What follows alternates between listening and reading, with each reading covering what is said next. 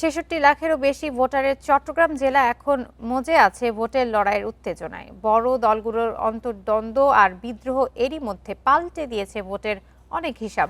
পরিবর্তনের আশা নিয়ে মাঠে আছেন অনেক ছোট দলের প্রার্থীরা।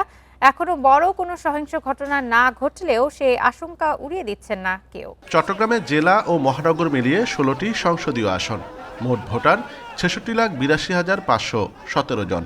ভোটারদের নজর কাড়তে চলছে জোর প্রচারণা। শুরুতে মাঠের লড়াইটা বিএনপির জন্য যতটা সহজ ভাবা হয়েছিল, সমীকরণ ততটা সরল নাও হতে পারে।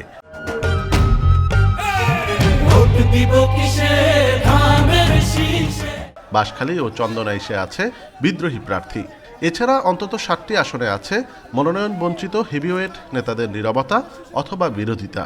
শীর্ষ নেতাদের দাবি, ভবিষ্যৎ পরিকল্পনা আর অতীত কর্মকাণ্ডই শেষমেশ এগিয়ে রাখবে তাদের।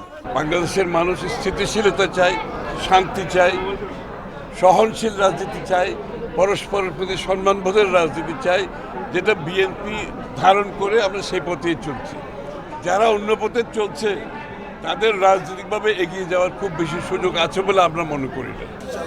এদিকে সংখ্যালঘু আর আওয়ামী ভোটারদের নিজেদের কোর্টে টানতে নানা হিসাব কষছে জামায়াতের নেতাকর্মীরা। বসে নেই অন্য অনেক ছোট দলের বড় প্রার্থীও।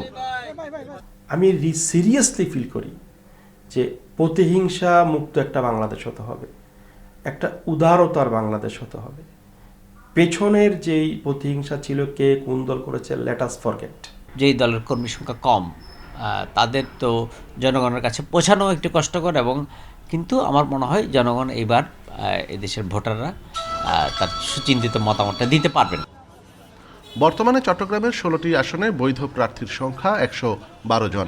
তবে সুষ্ঠু পরিবেশ বজায় রাখাকেই বড় চ্যালেঞ্জ মনে করছে নির্বাচন কমিশন।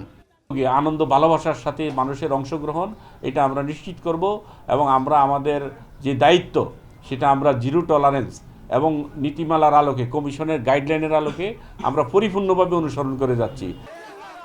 হাড্ডাহাড্ডি এই লড়াইয়ে কার গলায় উঠবে জয়ের মালা, তা জানতে এখন অপেক্ষা 12ই ফেব্রুয়ারি। অনুপম শীল, ইন্ডিপেন্ডেন্ট নিউজ, চট্টগ্রাম।